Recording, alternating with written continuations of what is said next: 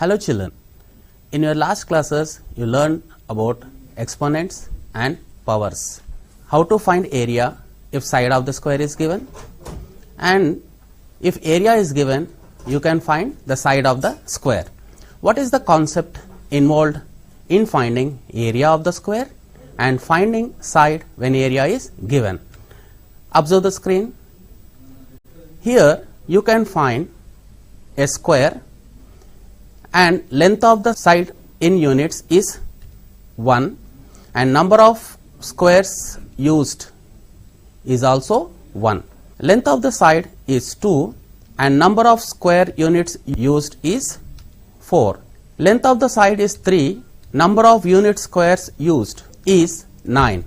Children, length of the side is 3, number of square units used is 9. So what you can write this one?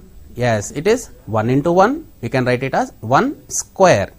1 square or 1 raised to the power 2. 4 can be written as 2 into 2 equal to 2 square. And 9 can be written as 3 into 3 which is equal to 3 square. So in this session you are going to learn about squares and square roots. Let us know the learning objectives of this session. You will be able to know square number and perfect square, properties of square numbers, patterns in square, Pythagorean triplets, square roots with different methods. What is square number and perfect square? An integer that is a square of another integer. Children, what is a square number? An integer that is a square of another integer. So I am taking an example here, 16. 16 can be written as 4 into 4 which is equal to 4 square. So I can say 16 as an integer, 4 is also an integer. Next 81.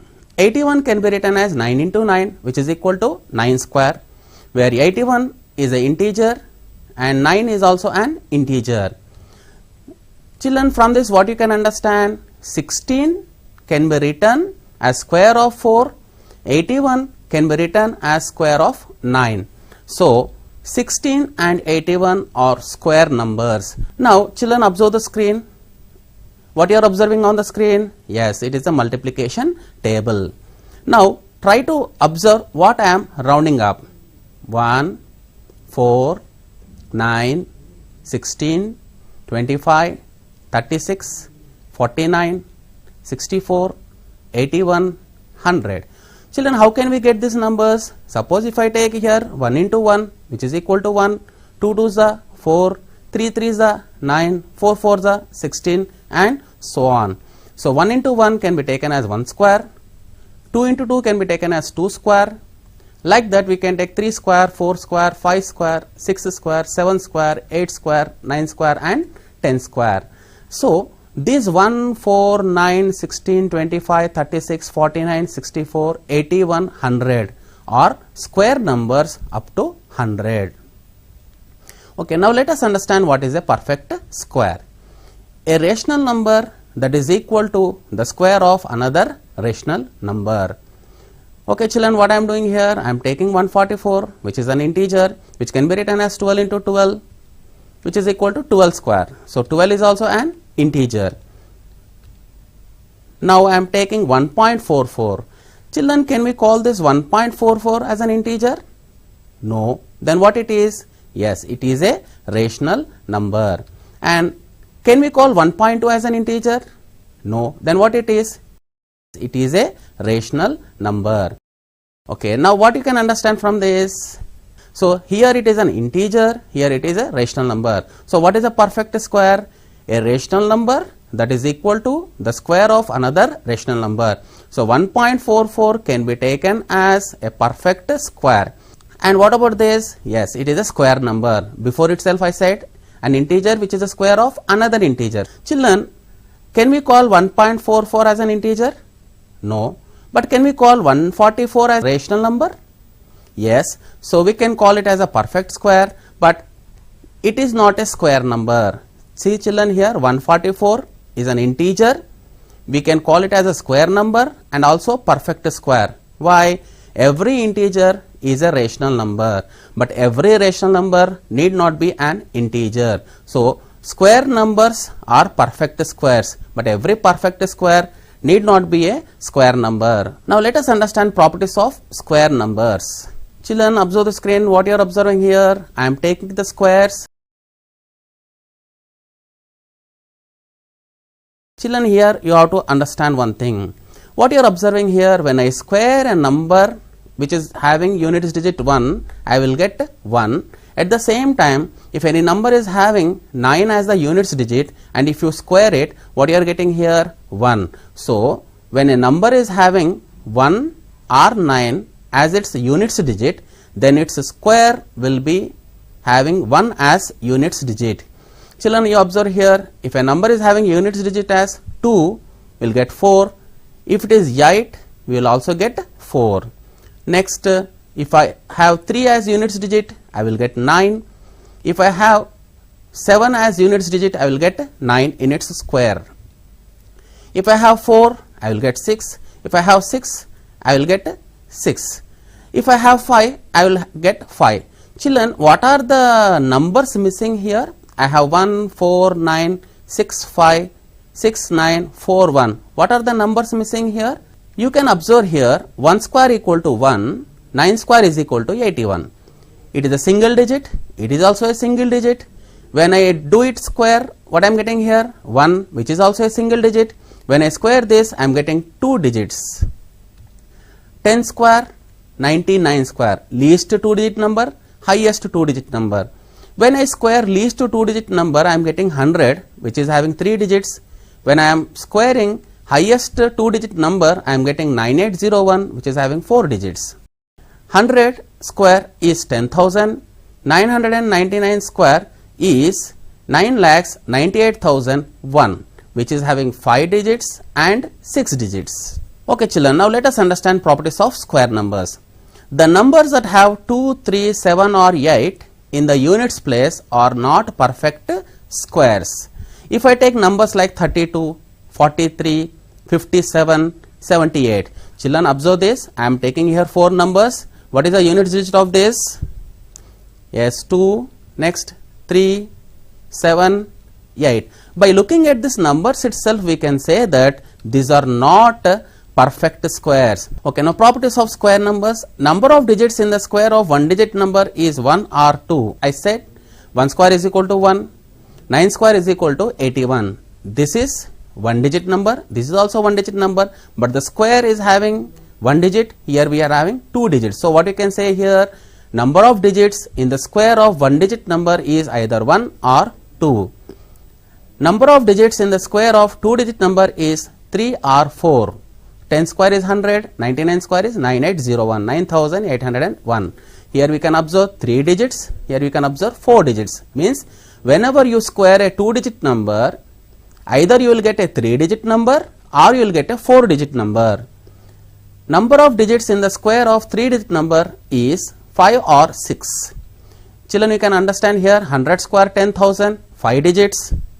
999 square equal to 9,98,001, which is having 6 digits. So from this what you can understand, a single digit number when it is squared, you will get either a single digit number or double digit number. When you square a 2 digit number, either you will get a 3 digit number or 4 digit number. When you square a 3 digit number, either you will get a 5 digit number or 6 digit number. From this what you can understand, number of digits in the square of n digit number can be taken as either 2n minus 1 or 2n. Means when you take a number which is having n digits and when you square it, the number of digits in the square will be either 2n minus 1 or 2n. Now let us understand some patterns in square. Children, what you are observing on the screen? Yes, it is 1 square, it is having 4 squares and so on. Now 1 equal to 1 square. Okay, next observe the colors children. Here it is violet color, here it is brown color.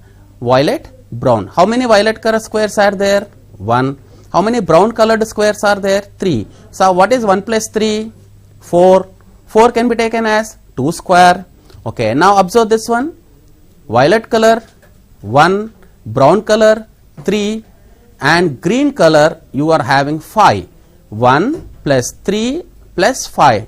1 plus 3 plus 5 is equal to 9. We can write it as 3 square. Now you can observe here violet color, brown color, green color and blue color. Okay, 1 plus 3 plus 5 plus 7 which is equal to 16. So what you can write it as? You can write it as 4 square. Children, here you can observe that this is an odd number, these two are odd numbers, these three are odd numbers, these four are also odd numbers. These are called successive or consecutive odd numbers. So from this what you can understand? 1 equal to 1 square, 1 plus 3 equal to 4 equal to 2 square. Okay, here you can observe 1 plus 3 plus 5 which is equal to 9, 1 plus 3 plus 5 plus 7, 16, next to 25, next to 36. So what I am doing here, if I take one odd number, you can take it as 1 square. If I take the sum of two consecutive odd numbers, I can take it as 2 square. 1 plus 3 which is equal to 4 which is equal to 2 square. 3 consecutive or successive odd numbers can be taken as 9, 4, 4 square, 5, 5 square, 6, 6 square. So from this what you can conclude? The sum of first n odd numbers is n square. Suppose if I take 5 consecutive odd numbers or first odd numbers, I can take it as 5 square. If I take 7, 7 square. If I take 10 odd numbers, first 10 odd numbers and I want to find the sum, I have to take it as 10 square. Now children, observe what you are observing on the screen now. Yes, you are observing squares. 1 square, 11 square, 111 square, 1111 square and so on. Are you observing something here? Yes, it is 1, 1, 2, 1, 1, 2, 3, 2, 1, 1, 2, 3, 4, 3, 2, 1, 1, 2, 3, 4, 5, 4, 3, 2, 1. So you can just get the number at the end as the starting number. 1, 1, 2, 2, 3, 3, 4. Here also 1, 1, 2, 2, 3, 3, 4, 4. In the middle 5. So what you are observing here, it is like a palindrome. So what we can call here, these numbers are called palindromic numbers or numerical palindrome. Now what will be the units digit of the square of the following numbers? Without squaring we have to tell this. How can we do this? What are the given numbers? 41, 297, 7286, 6742. Without squaring these numbers you have to tell the unit digit. How it is possible? Yes. Children, you can observe here, if it is 1 square you will get 1. If it is 9 square, you will get 1. 2 square, 4. 8 square, 4. 3 square, 9. 7 square, 9. 4 square, 6. 6 square also 6. If it is 5, you will get 5. So look at the units digit. Yes, it is 1. So what you can say, the units digit of the square is also 1. Now check the units digit here. What is the units digit? 7. So the units digit of the square is 9. What is the units digit here? Yes, it is 6. So the units digit of the square is also 6. What is the units digit here? 2. So the units digit of the square is 4. Now the following numbers are not perfect squares. You have to identify and you have to give the reasons. 257, 592, 2433, 6098. Children, already I explained that the numbers that have 2, 3, 7 or 8 in the units place are not perfect squares. What is the units digit of the first number? 7.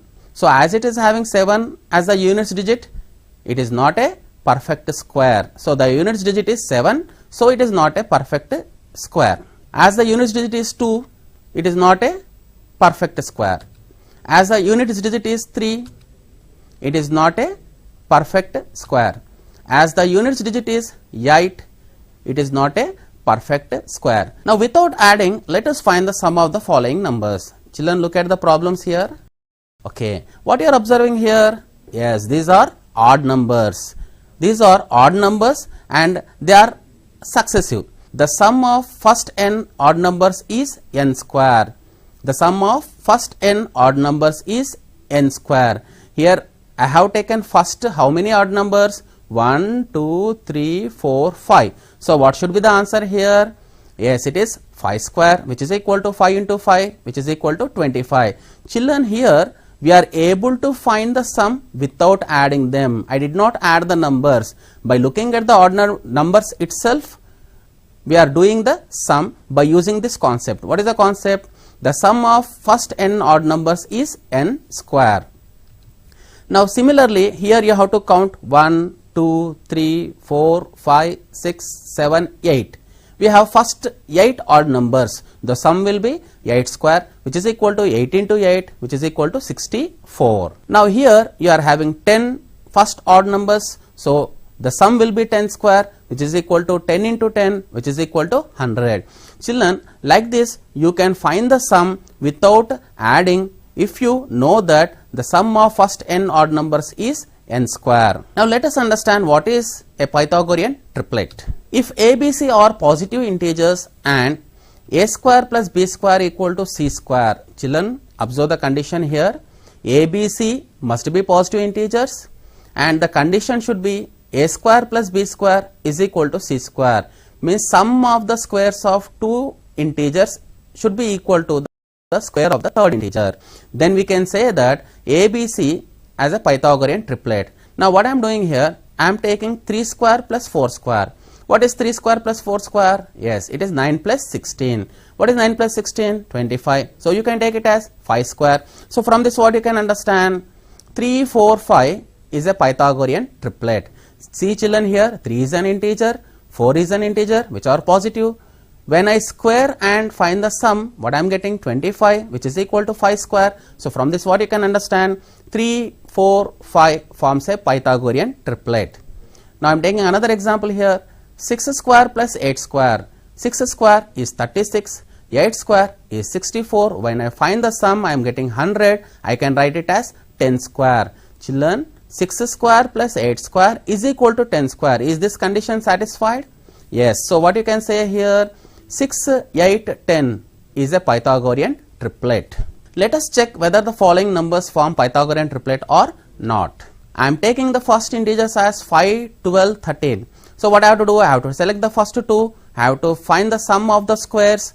So 5 square plus 12 square. What is 5 square? 25. What is 12 square? 144. If I find the sum, I am getting 169, which can be written as 13 square. Am I getting the square of the third number? Yes. So what you can say here? 5, 12, 13 is a Pythagorean triplet. I am taking another example here. 2, 3, 4. What are the first two integers? 2, 3. So I am finding the sum of the squares. 2 square plus 3 square, which is equal to 4 plus 9, which is equal to 13. Is it equal to 4 square, the square of the third integer? No. What is 4 square? 16. But you are getting here 13, which is not equal to. So what you can say here? 2, 3, 4 is not a Pythagorean triplet. Children, like this you can check whether the three given integers form a Pythagorean triplet or not. Now let us understand what is a square root. The inverse operation of squaring. Now if a square is equal to b, see children here, if a square equal to b, then square root of b is a. If a square is equal to b, then square root of b is a. So you can write like this, square root of b is equal to a. So the symbol used for square root is this one. Children, observe this one. This is the symbol used to denote square root. Now let us take some examples here. What is 2 square? 4. Yes, square root of 4 is 2. So I can write like this, square root of 4 equal to 2. So whenever you get a condition like this, if 2 square is equal to 4, then square root of 4 is equal to 2. In the same way, if 3 square is equal to 9, then square root of 9 equal to 3. If 5 square is equal to 25, then square root of 25 is equal to 5. Now let us understand what is the principal square root. If a into a is equal to a square, which is equal to b, then square root of b is a. Children, here what I am doing? I am multiplying a with a. I am getting a square, which is equal to b. Then I can say square root of b is a. If minus a into minus a is equal to minus a whole square, which is also equal to b, then square root of b is minus a. Children, from these two what you can understand? Square root of b is a, square root of b is minus a. I am taking one example here. 4 into 4 is equal to 16. Minus 4 into minus 4 is also 16. Is it true? Let us check. 4 4 the 16, okay. Now minus into minus will become plus. 4 4s are 16. Yes. So 16 can be written as 4 into 4 as well as minus 4 into minus 4. So square root of 16 is 4. Square root of 16 is minus 4. So whenever we get square root of 16, you have to take plus or minus 4. Either it can be plus 4 or it can be minus 4. But if I want to take principal square root, I should never take the negative number. I have to take only the positive number. So what is the principal square root of 16? Yes, it is 4. It is not minus 4, it is 4. Now finding the square root through subtraction of successive odd numbers. Let us find the square roots of the following numbers. Children, observe this. I am taking 25 as the first number. Successive odd numbers are, so you have to take odd numbers in line. 1, 3, 5, 7, 9, 11, 13, 15, 17, 19 and so on. So how to do this one? Step 1. Take the number and subtract the first odd number. Take the number and subtract the first odd number. So 25 minus 1 equal to 24. What is the result obtained here? Yes, it is 24. Step 2. Take this result and subtract the second odd number. Take the result and subtract the second odd number. So 24 minus 3 equal to 21. Step 3. Take the result, subtract the third odd number. 21 minus 5, 16. Step 4. Take the result and subtract the fourth odd number, that is 16 minus 7, 9. Step 5. Take the result and subtract the fifth odd number. So what is the fifth odd number here? 9. 9 minus 9 equal to 0. Children, are we getting 0 here? Yes. So from this I can conclude that 25 is a perfect square. 25 is a perfect square. So when you follow these steps, at any of the step if you get 0, then think that it is a perfect square. So from this what you can understand, at fifth step I got 0, so square root of 25 is 5. Now let us check another example here. 64. Successive odd numbers I have taken. What should be the first step? Yes, 64 minus 1. Second step, 63 minus 3, which is equal to 60. Third step, 60 minus 5. Fourth step, 55 minus 7. Children, observe this. First odd number, second odd number, third odd number, fourth odd number. In step 5 what I have to do? I have to subtract fifth odd number, 9. Step 6, I have to subtract 11. Step 7, I have to subtract 13. Step 8, I have to subtract 15. So at step 8 I got 0. As I got 0 at step 8, I can say that square root of 64 is 8. So square root of 64 is 8. Children, like this you can solve problems from your textbook. Finding the square root through prime factorization method. Let us find the square root of the following numbers. First number I have taken 256. So what you have to do now? You have to take 256 here. So as it is 6, it is divisible by 2. 2 1s are, 2 2s are, 2 8s are. Next, 2 6s are, 2 4s are, 2 3s are, 2 2s are, 2 16s are, 2 8s are, 2 4s are, 2 2s are, 2 1s are. Children, when you use the prime factorization method, what you also observe here? Here we have to get only prime numbers. Means we have to take 2, 3, 5, 7 and so on. We should not take 4, 6 like that numbers. We have to take only prime numbers and we have to factorize it. Here how many 2's I have got? 1, 2, 3, 4, 5, 6, 7, 8. So 256 can be taken as the product of 2's for 8 times. So what I am doing, I am making groups now. Children, observe, I am making a group of 2. Like this I made total 4 groups. Now what I am doing here, as it can be taken as square, you will get 1, 2, 3, 4. So I have to multiply 4 2's and you have to take square. So 2 into 2 into 2 into 2 whole square. So square root will be, it's very simple, when you write a number as a square, the base can be taken as its square root. So square root of 256 can be taken as its base. What is the base here? 2 into 2 into 2 into 2. 2 into 2 into 2 into 2. So what you will get? 16. So what is square root of 256? Yes, it is 16. Like this, you have to find square root using prime factorization method. Now let us go for the second example. 1296. I am taking 2 as it is divisible. 2 6s are, 2 4s are, 2 8s are, 2 3s are, 2 2s are, 2 4s are, 2 1s are, 2 6s are, 2 2s are, 2 8s are, 2 1s are. Now 81 is not divisible by 2, so you have to take the next number, that is 3. 3 2s are, 3 7s are, 3 9s are, 3 3s are, 3 1s are. So here I have got total 8 factors, in that 4 2s and 4 3s. So I can write 1296 as the product of these numbers, and now what I am doing again, I am making the groups here. See, these 2 into one group, these 2 into one group, these 2 3s in one group, these 2 3s in one group. Total how many groups I got here? 4. Yes, so what you can write here? 2 into 2 into 3 into 3 whole square. As it is group, you can write it as square. So 2 into 2 into 3 into 3 whole square. As we are able to write it as a square, square root of 1296 is equal to, you have to take the base. So what is the base here?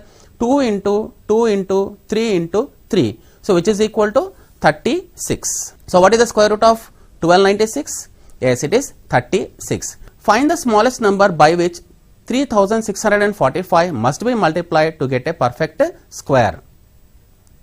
Given number is 3645. As it is 5, it is not divisible by 2. Let us take 5. 5 7s are 35, 5 2s are 10, 5 9s are 45. Next 3, 243, 3, 81s, 3, 27s, 3, 9s, 3, 3s are, last 3 1s are. Children, you can observe here, I am getting total 6 3s and 1 5.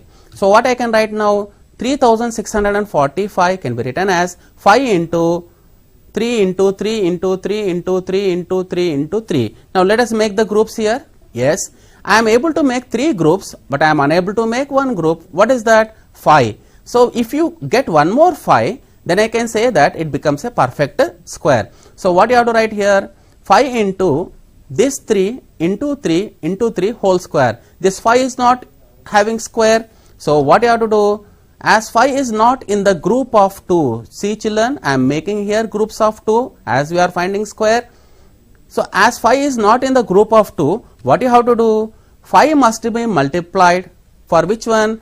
3645 to make it a perfect square. Children, observe this, every number is having square here except 5. So as 5 is not in the group of 2, we have to multiply 5 for this number to make it a perfect square. Now let us understand this problem here. The product of two numbers is 1296. If one number is 16 times the other, find the two numbers. What is given? The product of two numbers is given as 1296. We don't know the numbers, so let the first number be k. Then second number will be equal to 16k. Children, try to understand here. We don't know the first number, so I am taking it as k. And second number is 16 times the first number. So 16 into k will become 16k. The product of two numbers is 1296. So k into 16k equal to 1296. What is k into 16k? Which is equal to 16k square. Then what is k square equal to? Yes, it is 1216. So when you cancel 16 ones are 16. 16 8s are 128, 16 1s are 16. So what is k square equal to? 81. If k square is equal to 81, then what you can write? You can write k is equal to square root of 81. Square root of 81 can be written as square root of 9 into 9. So you can write k equal to 9. When you have two same numbers in the square root, you can take one out of it. So you can take k is equal to 9. So first number is equal to k, which is equal to 9. Second number equal to 16k, which is equal to 16 into 9 equal to 144. Now last problem, 1764 soldiers sat in an auditorium in such a way that there are as many soldiers in a row as there are rows in the auditorium. Find the number of rows. Children, here we don't know the rows, so let the number of rows be k. The number of soldiers will be also k. Total number of soldiers is 1764. So K into K is equal to 1764. K square is equal to 1764. Then K can be taken as square root of 1764. Now let us find using prime factoration method here. 2, 8 za, 2 za, next 2, 441, next 3, 147, 3, 49, 7, 7 za, 7, 1 za. Children, what you are observing here? I am getting 2 2s, 2 3s and 2 7s. So I can take K equal to 2 into 3 into 7 whole square. When you have square root of whole square, the square and square root will cancel and you will get K equal to 2 into 3 into 7, which is equal to 42. Now can you tell children what is the number of rows in the auditorium? Yes, 42. How many soldiers are sitting in the row? Yes, 42. Now try yourself. Find the square root of the following through subtraction of successive odd numbers. First number 49, second number 16. Find the square root of the following numbers by prime factoration method. Prime factoration method. 441, 4096. Find the smallest number by which 7776 is to be divided to get a perfect square. Okay children, for better understanding of the concepts, solve the worksheets. Please visit the official website of SCRT for worksheets. Thank you. Let us meet in the next session.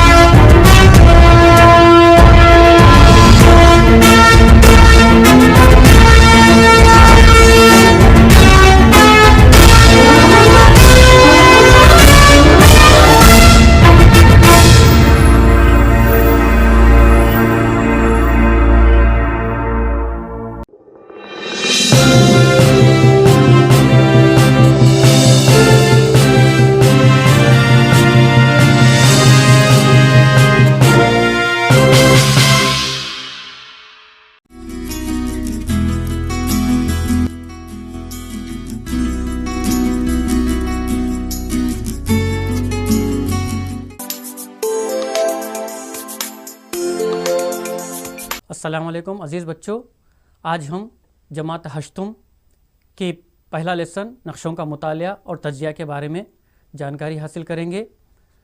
प्यारे बच्चों, जमात हश्तुम का पहला lesson नक्शों का मुतालिया और तज्जिया एक तवील lesson है। इसके बारे में हम मज़ीद मालूमात हासिल करेंगे। ठीक है बच्चों, इन तस्वीर को ज़रा गौर से देखिए। बच्चों देख रहे हैं ना बच्चों, ये तस्वीर किस तरह नज़र आ रही है आपको? ये सैटेलाइट से ली गई तस्वीर है जिसमें अफ्रीका, यूरोप और अमेरिका की तस्वीर को बताया गया है। ये देखिए बच्चों, ये अफ्रीका है, ये जो है ना शुमाली अमेरिका, और ये जनूबी अमेरिका और एशिया के भी चंद हिस्सों को, समंदरों को इसमें बतलाया गया है। ये तस्वीर है, सैटेलाइट से ली गई तस्वीर है। तस्वीर को अगर हम देखते हैं तो देखिए बच्चों, ये है हमारा नक्शा, दुनिया का नक्शा है। इस नक्शे को बनाया गया है, तस्वीर के मुकाबले में ये थोड़ा सा अलग है।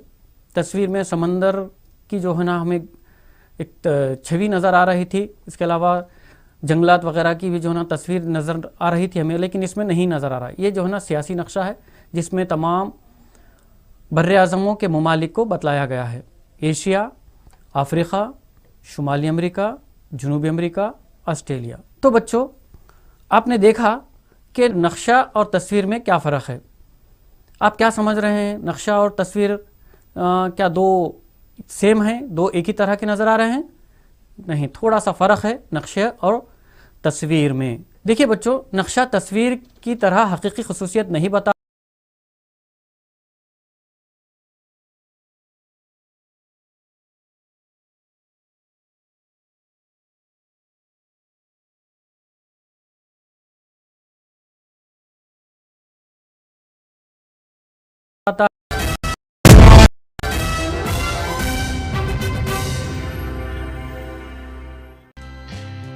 Current affairs July 2020 అంతర్జాతీయం. జనాభాలో పెరిగిపోతున్న విదేశీయులను తగ్గించేందుకు జూలై 6న కువైట్ పార్లమెంటరీ కమిటీ ముసాయిదా చట్టాన్ని ఆమోదించింది. దీని ప్రకారం కువైట్ జనాభాలో భారతీయులు 15% మించకూడదు. జాతీయం. దేశంలోని ఐటీ స్టార్టప్ రంగాల వారికి మేడ్ ఇన్ ఇండియా యాప్స్ తయారు చేయడంలో సరైన వేదిక కల్పించేందుకు ఆత్మనిర్భర్ భారత్ యాప్ ఇన్నోవేషన్ ఛాలెంజ్ను ప్రధాని నరేంద్ర మోదీ జూలై 4న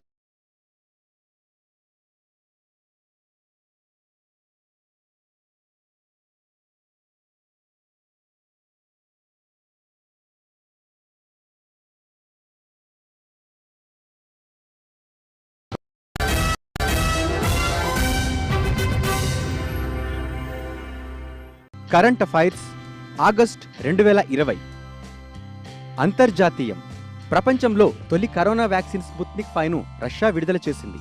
ఈ టీకాను గమలేయ పరిశోధన సంస్థ, రక్షణ శాఖ సంయుక్తంగా అభివృద్ధి చేశాయి. జాతీయం.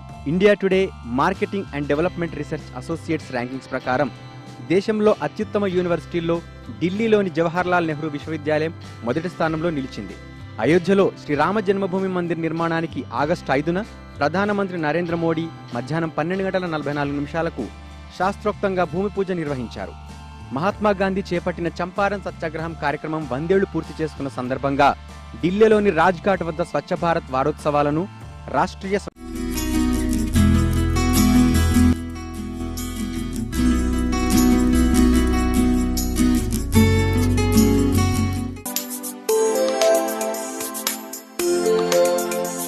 अस्सलाम वालेकुम अज़ीज़ बच्चों, आज हम जमात हश्तुम की पहला लेसन नक्शों का मुतालिया और तज्जिया के बारे में जानकारी हासिल करेंगे। प्यारे बच्चों, जमात हश्तुम का पहला लेसन नक्शों का मुतालिया और तज्जिया एक तवील लेसन है। इसके बारे में हम मज़ीद मालूमात हासिल करेंगे। ठीक है बच्चों, इन तस्वीर को ज़रा गौर से देखिए। बच्चों देख रहे हैं ना बच्चों, ये तस्वीर किस तरह नज़र आ रही है आपको? ये सैटेलाइट से ली गई तस्वीर है जिसमें अफ्रीका, यूरोप और अमेरिका की तस्वीर को बताया गया है। ये देखिए बच्चों, ये अफ्रीका है, ये जो है ना शुमाली अमेरिका, और ये जनूबी अमेरिका और एशिया के भी चंद हिस्सों को, समंदरों को इसमें बतलाया गया है। ये तस्वीर है, सैटेलाइट से ली गई तस्वीर है। तस्वीर को अगर हम देखते हैं तो देखिए बच्चों, ये है हमारा नक्शा, दुनिया का नक्शा है। इस नक्शे को बनाया गया है, तस्वीर के मुकाबले में ये थोड़ा सा अलग है। तस्वीर में समंदर की जो है ना हमें एक छवि नज़र आ रही थी, इसके अलावा जंगलात वगैरह की भी जो है ना तस्वीर नज़र आ रही थी हमें, लेकिन इसमें नहीं नज़र आ रहा है। ये जो है ना सियासी नक्शा है जिसमें तमाम बर्रे आज़मों के ममालिक को बतलाया गया है। एशिया, अफ्रीका, शुमाली अमेरिका, जनूबी अमेरिका, ऑस्ट्रेलिया। तो बच्चों आपने देखा कि नक्शा और तस्वीर में क्या फ़र्क है। आप क्या समझ रहे हैं, नक्शा और तस्वीर क्या दो सेम हैं, दो एक ही तरह के नज़र आ रहे हैं? नहीं, थोड़ा सा फ़र्क है नक्शे और तस्वीर में। देखिए बच्चों, नक्शा तस्वीर की तरह हकीकी खसूसियत नहीं बताता है। नक्शे का इस्तेमाल माहिरीन जोग्राफिया किसी मुकाम के उन खसूसियात और मालूमात की निशानदही के लिए करते हैं जिन्हें हम अहम समझते हैं, जैसे बारिश की तकसीम, मिट्टी के अक़साम, आबादी, लोगों की ज़बान, फसलों की पैदावार, बाज़ार, स्कूल वगैरह। एक नक्शा नवीस इन खसूसियात का अहाता नहीं कर सकता जो तस्वीर में दिखाई देते हैं, जैसे मकानात, सड़क, दरख्त वगैरह। नक्शे में ज्यों का त्यों नहीं बताया जाता। नक्शा दरअसल एक मॉडल होता है जो किसी जगह नुकात को बताता है, जो नक्शा नवीस या माहिरीन जोग्राफिया के लिए अहम होते हैं। इसी तरह तस्वीर में भी नक्शे ज़ाहिर किए जाते हैं जाने वाले नुकात बताने से हासिल है। कोई तस्वीर की मुकाम की बारिश, दर्जे हरारत, ज़बान की निशानदही नहीं कर सकती, जबकि ये तमाम मालूमातें नक्शे में बताई जाती हैं। इसीलिए लोग मुख्तलिफ नक्शे बनाते हैं जो मकासद पर मुबन्नी होते हैं। अब आप क़दीम ज़माने के नक्शों को देखेंगे, वो किस तरह मकासद की बुनियाद पर एक दूसरे से मुख्तलिफ थे। प्यारे बच्चों, नक्शे जो है ना बनाने के लिए बहुत ही बड़ा अरसा लगा है। ज़माने क़दीम से ही लोग नक्शों की तैयारी के लिए काफ़ी कोशिशें की हैं। ज़माने क़दीम से ही जो है ना उस पर काफ़ी रिसर्च किया गया है। उसके बाद नक्शों की धीरे धीरे तैयारी शुरू हुई। सबसे पहले क़दीम दौर के नक्शे। क़दीम दौर के नक्शे भारत नक्शा नवीसी माक़बले तारीख़ दौर में से ही लोग कायनात के मुज़ाहिर जैसे ज़मीन, दरिया, समंदर और आसमानों पर गौर व फिक्र किया करते थे। अक्सर इन मुशाहदात को बसारती नक्शों की शक्ल में اتارا جاتا تھا. ہمارے یہاں بھی یعنی ہندوستان میں بھی جاورا مدھیہ پردیش کے ماقبل تاریخی دور کی تصویر موجود ہے جس میں زمین، خشکی اور پانی آسمان کو دکھایا گیا ہے. کائناتی انکشاف کا آغاز ویدوں اور پرانوں میں بھی ہوتا ہے. اب یہاں دیکھیے بچے، ہندوستان کو کس طرح سے، دنیا کے نقشوں کو کس طرح سے اس دور میں رکھا گیا تھا. یہاں پر وہ لوگ سمجھتے تھے دنیا 7 سمندروں اور 7 جزیروں پر مبنی ہے. 7 سمندر ہیں اور 7 جزیرے ہیں. یہ دیکھیے بچوں، یہاں پر 7 جو جزیرے ہیں یا 7 جزائر کو الگ الگ طریقے سے بتلایا گیا ہے. اس میں ہندوستان کو جمبو دیوپا یعنی جمبو دیوپا کا جو جزیرہ، اس میں ہندوستان کو بتلایا گیا ہے. یہ قدیم دور کی میں ہی ہندوستان میں اس نقشے کی شروعات ہوئی تھی. پیارے بچوں، نقشے قدیم دور سے ہی بنائے گئے. ہندوستان میں بھی کوشش ہوئی اس کی. اس کے علاوہ سب سے زیادہ کوشش یورپ اور عربستان میں بھی ہوئی ہے.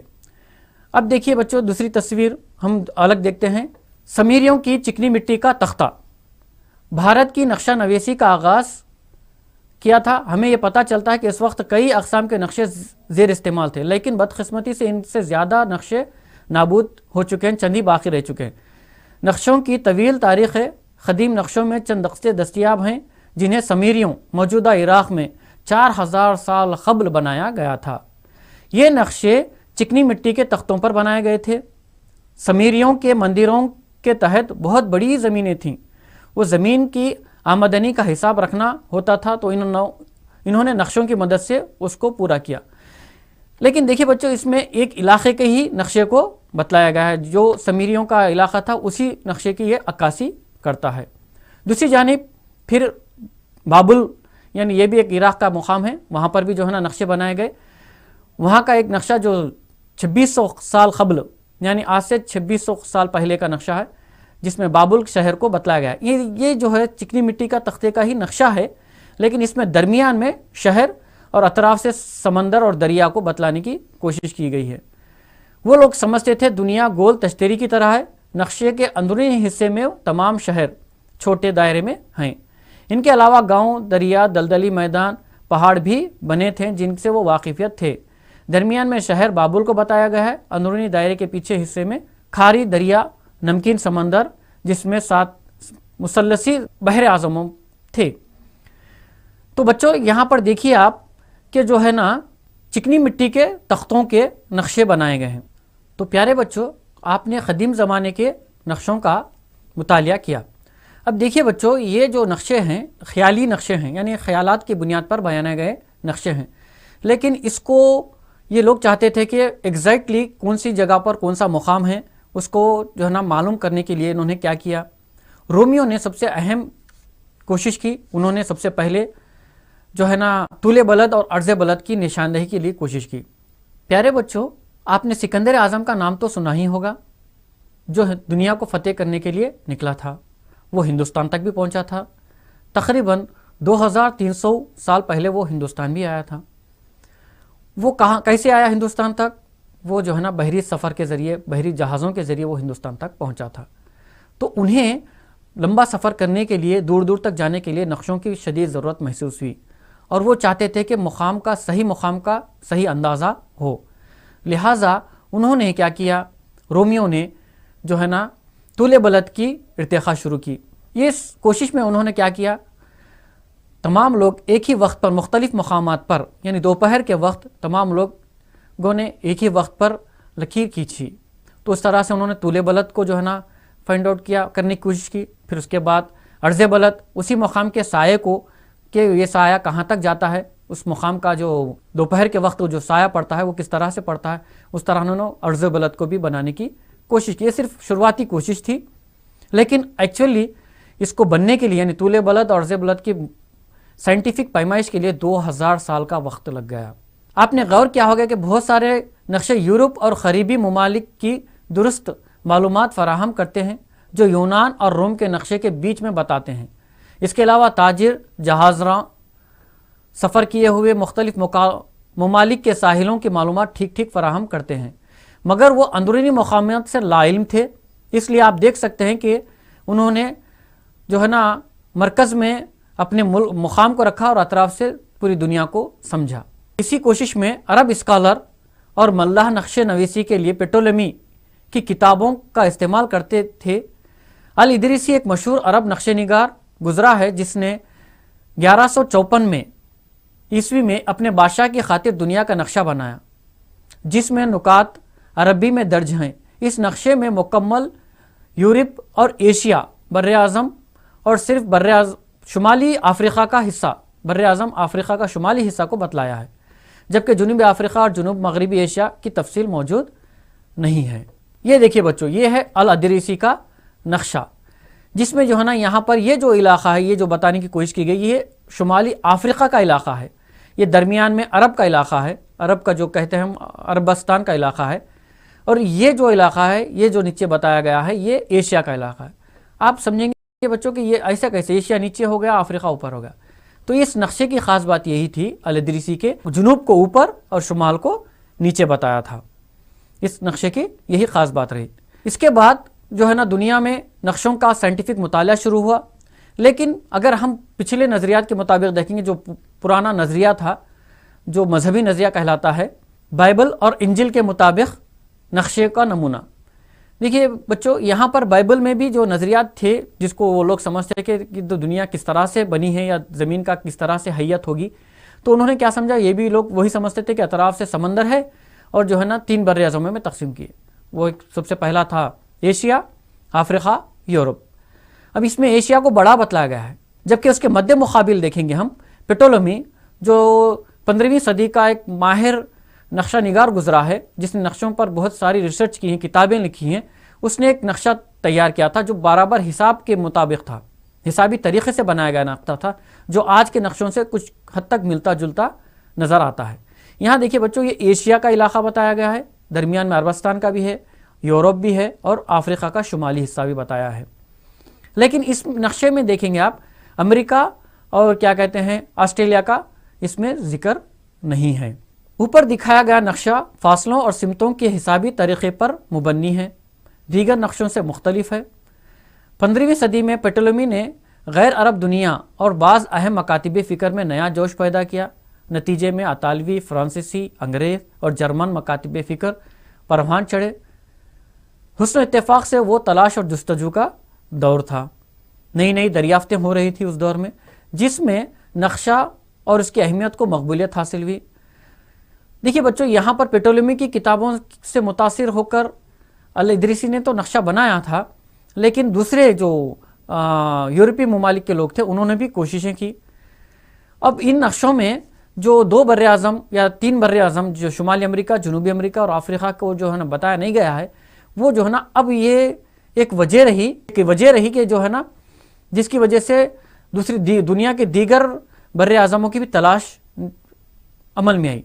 जब अरबों ने बहर रोम से हिंदुस्तान का बहरी रास्ता बंद कर दिया, तो मगरबी यूरोपीय ताजिर, जिनका ताल्लुक स्पेन, पुर्तगाल, हॉलैंड, इंग्लैंड से था, उन्होंने हिंदुस्तान के दूसरे बहरी रास्ते तलाश करने लगे। हाँ, ये है देखिए बच्चे, अरबों ने क्या किया, वो जो बहर रोम से होते हुए रास्ता हिंदुस्तान की तरफ आता था, समंदरी रास्ता, उसे अरबों ने बंद कर दिया तिजारत की खातिर। तो ये जो यूरोपीय ताजिर थे, वो लोगों ने हिंदुस्तान के दूसरे रास्तों की तलाश में निकले। तो कोलंबस सबसे पहले मगरिब की जानिब सफ़र किया, लेकिन वो हिंदुस्तान के बजाय अमेरिका पहुंच गया, अमेरिका दरियाफ्त किया। उसके बाद वास्को डी गामा अफ्रीका के गिर्द सफ़र करते हुए हिंदुस्तान पहुंच गया।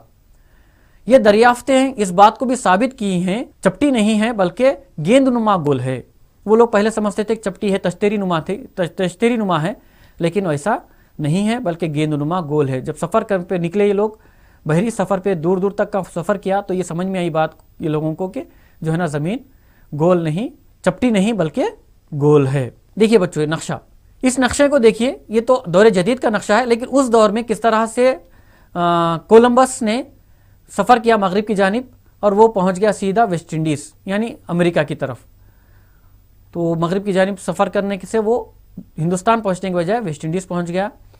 1492 ईस्वी की बात है ये। उसके बाद वास्को डी गामा, जो फिर यहीं से निकला पुर्तगाल से, वो क्या किया, हिंदुस्तान, उसको पता था कि जो है ना मगरिब में जाने से हम जो है ना दूसरी जगह चले जाएंगे, लिहाजा वो जुनूब की जानिब आया, वो नीचे की जानिब आया। जुनूब की जानिब आते हुए वो अफ्रीका के साउथ अफ्रीका को पहुंचा, जिसे कोई केप ऑफ गुड होप कहते हैं, अच्छी उम्मीद, रासुल उम्मीद नाम दिया उसने। तो केप ऑफ गुड होप पहुंचा, फिर वहाँ से जो ना होते हुए अफ्रीका के अतराफ गिर्द से हिंदुस्तान तक काकीनाडा के बंदरगाह तक उसने पहुंचा।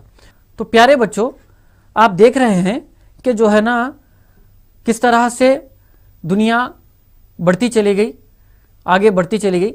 लेकिन देखिए उसके बाद जो हॉलैंड और यूरोपीय ममालिक थे, उन लोगों ने जो है ना जो नई फाइंडिंग्स की, नक्शे में और बढ़ोतरी की, उसमें देखिए आप कि 16वीं सदी में समंदरी बालादस्ती और तिजारत को फ़रोग़ की बिना पर एक बड़ी तिजारती ताकत बनकर उभरा। इनके नक्शा नवीसों ने नक्शों की तैयारी के मैदान में बड़े काम किए। ग्रैडस मर्केटर जो बाबाए डिच नक्शा कशी कहलाता है, जिसने साबिक़ा काम की जांच के ज़रिए एक जो है ना साइंटिफिक नक्शा बनाने की कोशिश की है। अब ये देखिए बच्चों, 16वीं सदी का ग्रैडस मर्केटर का नक्शा जो है ना एशिया, यूरोप, अफ्रीका और शुमाली अमेरिका, जनूबी अमेरिका के मशरक़ी साहिली इलाक़ों को बतलाता है। नौआबादियाती दरियाफ्तें, फ़ौजी इस्तेमाल और नक्शा कशी। जब यूरोपीय ताकतों ने बर्रे आज़म शुमाल और जनूबी अमेरिका, ऑस्ट्रेलिया, अफ्रीका और एशिया में नौआबादियात क़ायम की, तो उन्हें वहाँ के मकामात, आबो हवा, फसलों, आमदनी के ज़राए और लोगों के बारे में वाक़फ़ियत हासिल करने की ज़रूरत पेश आई। इस मकसद के तहत इन्होंने नक्शा नवीसियों और दीगर लोगों को साइंटिफिक मुहिम पर दुनिया के मुख्तलिफ इलाक़ों की सियाहत व नक्शा कशी के लिए रवाना किया।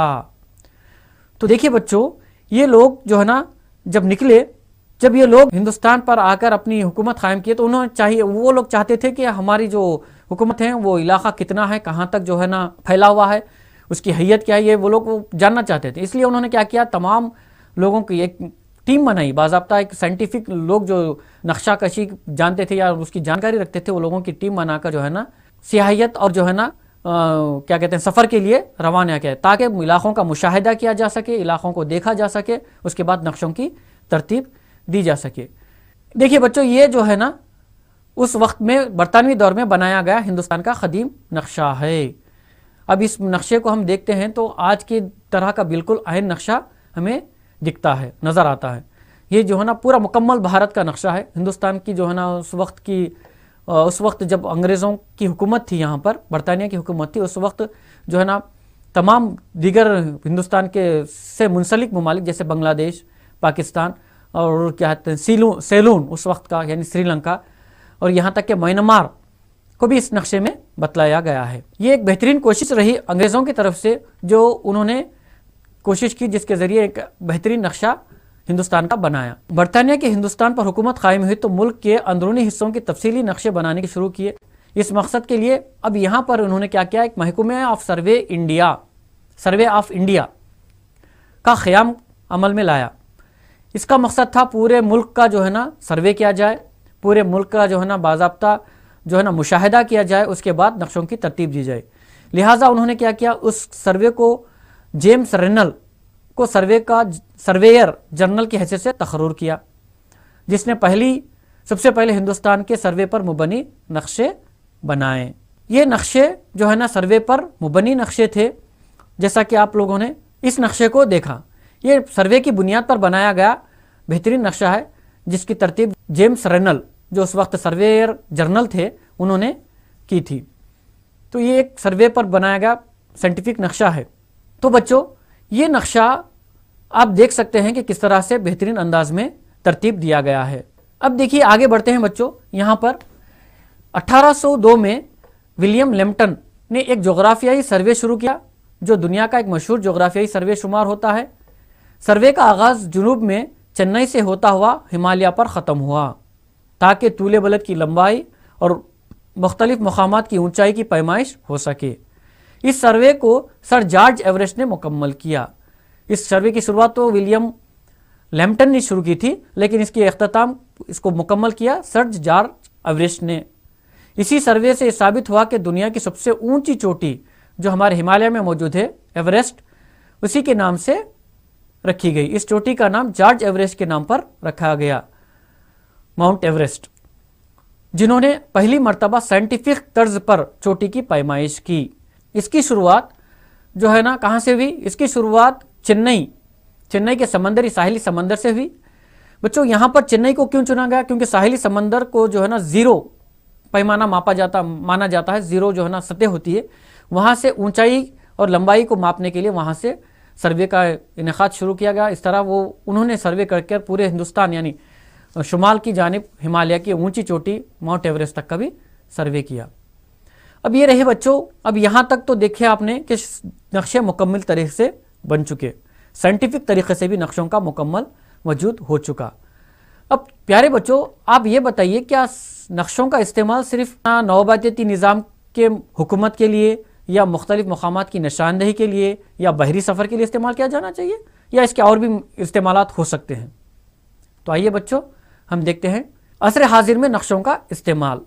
जैसे कि हमने देखा, तिजारती नक्शे बहरी सफ़र, फतूहात, नौबातियाती निज़ाम और जंग में मुख्तलिफ मकासद के लिए नक्शे बनाए और इस्तेमाल किए जाते थे। असर हाजिर में भी मनसूबा बंदी और ममालिक की तरक्की के लिए वसी पैमाने पर नक्शों का इस्तेमाल किया जाता है। तो प्यारे बच्चों, यहाँ पर नक्शों का इस्तेमाल सिर्फ बहरी सफ़र या जो है ना नौबाती इलाकों पर अपना कंट्रोल रखने के लिए नहीं, बल्कि मनसूबा बंदी और मुल्क की तरक्की के लिए बहुत ज़रूरी है। नक्शों की मदद से मुल्क की तरक्की की जा सकती है। कैसे? आप देखिए, मनसूबा साजों के इलाकों में मौजूदा मसाइल और इनसे दरपेश मसाइल की निशानदही करनी पड़ी, इसके लिए नक्शों से मदद लेनी पड़ी। मसलन देखिए बच्चों, यहाँ पर एक अच्छी मिसाल दी गई है। हम पीने के पानी की खल्लत वाले इलाकों का नक्शा बना सकते हैं, उसका पानी के वसाइल, वहाँ पर पानी किस तरह से लाया जा सकता है, बारिश, ज़ेर ज़मीन पानी या दरियाओं के ज़रिए पानी, उसका मुकाबला नक्शों में तकाबुल कर सकते हैं, जिसकी बुनियाद पर हम फैसला कर सकते हैं कि इन इलाके के लोगों को पानी की फराहमी का बेहतरीन तरीक़ा कौन सा है। यानी ट्यूबवेल, डैम की तामीर, तालाब, दूर दराज के मकामात से बजरिए पाइपलाइन पानी की फराहमी वगैरह। तो देखिए बच्चों, आज जदीद दौर में हम आज देख रहे हैं मिशन भगीरथा, एक बहुत बड़ा मिशन जो तेलंगाना हुकूमत की जानिब से शुरू किया गया है। वो मिशन भगीरथा भी क्या था, मिशन भगीरथा में भी किस तरह से जो है ना पानी को दूर दूर तक पहुंचा गया पाइपलाइन के ज़रिए। इसके लिए भी नक्शों की ज़रूरत पड़ी ही होगी ना, बग़ैर नक्शों के जो है ना दूर दूर तक कोई भी काम को पहुंचाना बहुत मुश्किल होता है। इसके अलावा सड़कों की तामीर, हस्पताल, स्कूलों की तामीर के लिए भी नक्शे बहुत मदद कारआमद साबित होते हैं। यहाँ तक कि अब यहाँ पर देखिए बच्चों, नीचे और एक मिसाल दी गई है। कंपनियाँ भी तिजारती काम की मनसूबा बंदी के लिए नक्शों का इस्तेमाल करती हैं। मिसाल के तौर पे एक मोबाइल टेलीफोन कंपनी किसी इलाके में अपना नेटवर्क फैलाना चाहती है तो उसे देहातों, शहरों के नक्शे और टावर कायम करने के लिए पहाड़ों और जंगलात के नक्शे दरकार होते हैं। असर हाजिर के नक्शों के बजाय मुख्तलिफ मौज़ूआत पर भी नक्शे बनाए जाते हैं, यानी नक्शों में मुख्तलिफ रंगों का इस्तेमाल कर भी नक्शे बनाए जा सकते हैं। देखिए बच्चों, यहाँ पर हर एक रंग एक नक्शे में मुख्तलिफ जो है ना निशानदेही के लिए इस्तेमाल किया जाता है, उसकी तफसील बताई गई है कि नक्शे में कौन सा रंग किस की तरफ इशारा करता है। जैसे गहरा हरा रंग है तो जो है ना नक्शे में जंगल को बतलाता है, अगर हल्का हरा रंग हुआ तो घास के मैदान या मैदानी इलाकों को बताता है। भूरा रंग ज़राअत के लिए दरकार कारआमद ज़मीन के लिए बतलाता है, तो पीला रंग जो है ना फसलों की कटाई के इलाकों के लिए बताता है। गहरा खाकी रंग ये ऊंचाई के लिए यानी पहाड़ों के लिए इस्तेमाल होता है। हल्का खाकी रंग टेले यानी ऊंचे टेलों के लिए इस्तेमाल होता है। पीला रंग जो इस्तेमाल होता है इसमें, वो इसकी वजह क्या है, सतह मुर्तफ़ा और दलदली इलाकों के लिए इस्तेमाल होता है। देखिए बच्चों, नीला रंग ये हम अक्सर नक्शों में देखते हैं। नीला रंग तालाब, दरिया, नहरों के लिए इस्तेमाल होता है। अगर गहरा नीला रंग हो गया तो समंदर और बहरे आज़मों के लिए इस्तेमाल किया जाता है। तो काला रंग जो बॉर्डर्स होते हैं नक्शों के, जो है ना सरहदें होती हैं, उसको बताने के लिए इस्तेमाल किया जाता है। ना सिर्फ तबई नक्शों में रंगों का इस्तेमाल होता है, बल्कि दीगर दूसरे मौज़ूआत पर भी क्या कहते हैं रंगों का इस्तेमाल किया जा सकता है। जैसे हम एक मिसाल देखते हैं। देखिए बच्चों, यहाँ पर हिंदुस्तान की कसाफत आबादी यानी मरदमशुमारी 2011 के मुताबिक जो हिंदुस्तान की कसाफत आबादी है, कसाफत आबादी से क्या मुराद है, कसाफत आबादी किसे कहते हैं, एक मुरब्बा किलोमीटर में बसने वाले जो अफराद हैं, एक मुरब्बा किलोमीटर में बसने वाले जो अफराद की तादाद है उसको हम कसाफत आबादी कहते हैं। उसकी मिसाल कैसे, मसलन एक गांव में 10 मुरब्बा किलोमीटर का एक गांव है जिसमें 1000 लोग रहते हैं। अगर इस गांव की कसाफत आबादी 100 अफराद फी मुरब्बा किलोमीटर होगी, यानी 1000 आदमियों को 10 से तकसीम किया गया 10 مربع کلومیٹر میں تقسیم کیا گیا تو ایک فی مربع کلومیٹر میں کتنے لوگ ہوں گے؟ 100 لوگ ہوں گے، یعنی 100 افراد پر مبنی ایک کثافت آبادی ہوگی۔ تو اسی طریقے سے تمام ریاستوں کی کثافت آبادی کو معلوم کی جا سکتی ہے اور درجہ ذیل جدول میں بتلایا گیا ہے۔ دیکھیے بچوں، تو اس کو ہم نقشے میں کس طرح سے معلوم کر سکتے ہیں؟ یہ جدول دیا گیا ہے، دیکھیے آندھرا پردیش میں 309 کثافت آبادی ہے، یعنی یہ فی مربع کلومیٹر میں کتنے افراد رہتے ہیں؟ 309 ہیں۔ اور سب سے کم کثافت آبادی کہاں پر ہے؟ اروناچل پردیش میں صرف 17 افراد فی مربع کلومیٹر میں بستے ہیں۔ تو یہ کثافت آبادی کی جو ہے نا مختلف ڈیٹیلز دی گئی ہے، جس میں تلنگانہ کی کثافت آبادی 207 افراد فی مربع کلومیٹر ہے۔ اب اس کو نقشے میں کس طرح سے بتا سکتے ہیں ہم؟ ہاں دیکھیے بچوں، یہاں ہندوستان کا مکمل نقشہ ہے، سیاسی نقشہ ہے، جس میں تمام دیگر ریاستیں موجود ہیں۔ اب یہاں کثافت آبادی کے لیے رنگوں کا استعمال ہو رہا ہے، یعنی جس کی جو علاقے کی آبادی 0 تا 250 افراد فی مربع کلومیٹر ہیں وہاں پیلا رنگ استعمال کریں گے۔ جیسے اروناچل پردیش ہم نے کہا صرف 17 افراد فی مربع کلومیٹر پر ہوتے ہیں، کثافت آبادی یہاں کی ہے، تو وہاں پر کون سا رنگ استعمال کریں گے؟ ہم پیلا رنگ استعمال کریں گے۔ اب 250 سے 500 افراد جو فی مربع کلومیٹر افراد کا جو ہے نا کثافت آبادی ہے، تو اس کے لیے کون سا ادا رنگ استعمال کریں گے ہم نقشے میں؟ جیسے تلنگانہ ہے، آندھرا پردیش ہے، دیگر ریاستیں ہیں جہاں پر ہم اس کو استعمال کر سکتے ہیں۔ نقشوں میں اونچائی والے علاقوں، بلندی والے علاقوں کو بتانے کے لیے جو لائنز استعمال کی جاتی ہیں وہ ایک نظر دیکھ لیں گے ہم۔ کانٹور لائنز یا کیا کہیں گے ارتفاعی خطوط جسے ہم کہتے ہیں، یہ جو ہے نا کسی بھی علاقے کی بلندی کو بتانے کے لیے استعمال ہوتا ہے۔ دیکھیے بچوں، یہ بلند علاقہ ہے، یعنی یہاں سے بڑھتا ہوا جا رہا ہے، یہ جو ہے نا 100 میٹر ہے، اس کے بعد 200 میٹر بڑھتا ہوا علاقہ ہے، 1000 میٹر تک کی بلندی۔ اس کو کیسے استعمال کریں گے نقشوں میں؟ یہاں پر اس طرح سے، یہ جو نیچے کا علاقہ ہے جو 100 میٹر ہے، یہ یہاں سے یہاں تک ہے، یعنی اتنا ہی نہیں ہے بلکہ یہ جو ہے نا علاقہ پھیلا ہوا ہے، گول پھیلا ہوا ہے اطراف سے، تو اس لیے اس کو ہم جو استعمال کرتے ہیں لائن، جو اطراف سے پھیلا ہوا علاقہ ہے، راؤنڈ استعمال کرتے ہیں۔ یہ دیکھیے، یہ جو راؤنڈ استعمال کرتے ہیں 100 میٹر تک کی بلندی کا یہ کیا کہتے ہیں گھیرا ہوا علاقہ ہے، جس کو ہم کاؤنٹر لائنز کے ذریعے ہم بتلاتے ہیں، جسے ہم ارتفاعی خطوط کہتے ہیں۔ تلنگانہ کا نقشہ ہے جس میں جو ہے نا اونچائی والے مقاموں کو بتایا گیا ہے، نشیب و فراز کے جو ہے نا علاقوں کو بتایا گیا ہے، لہٰذا اس کے علاوہ نکاسی یعنی دریاؤں کو بھی اس میں شناخت کی گئی ہے، جو ہمارے اس تلنگانہ کے نقشے میں نظر آتی ہے۔ تو دیکھو بچوں، پیارے بچوں، یہاں پر کیا ہے؟